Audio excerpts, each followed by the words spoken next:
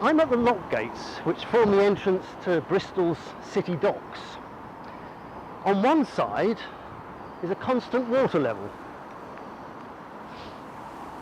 It's called the floating harbour because vessels in it stay afloat all the time.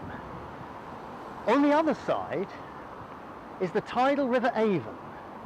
It comes down the Avon Gorge, overseen by Brunel's Clifton Suspension Bridge.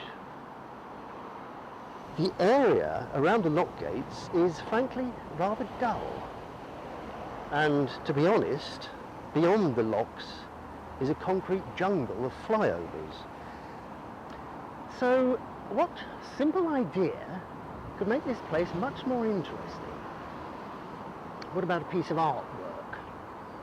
Some secret public artwork. Secret public artwork? Isn't that a contradiction? Now, let's think about the history of the Avon Gorge. The geologists will tell you that it was formed in the Ice Age by massive earth movements. But every Bristolian, or at least those of a certain age, knows it wasn't like that at all. Instead, a legendary giant called Gorham dug out the gorge by hand.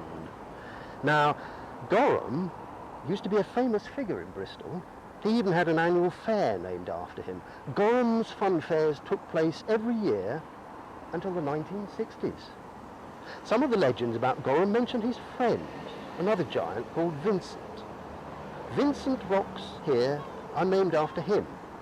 Other legends say that the giants shared a lady friend, Avonlina, presumably the River Avon.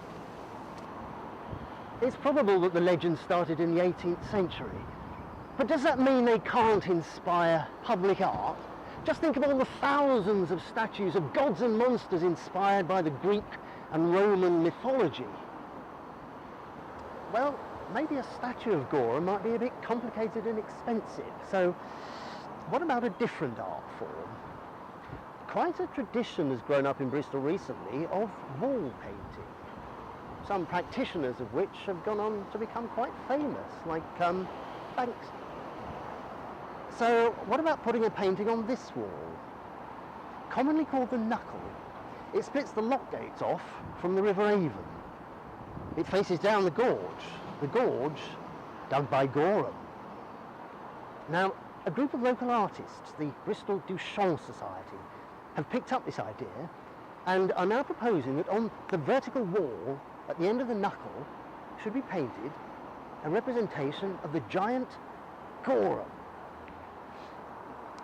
Not the whole figure, just his face. A giant face. Now, as this part of the river is tidal, at high tide, 90% of the wall will be covered. And so will be the face. Secret public art. But as every tide drops, gradually the monstrous face will become visible to approaching vessels and nearby pedestrians, starting with the eyes. Eventually the whole face will be revealed for just a few hours every day, but only at low tide. Painting on a curved wall in a tidal river is not easy, but it is simpler than a statue, and here, possibly, more interesting.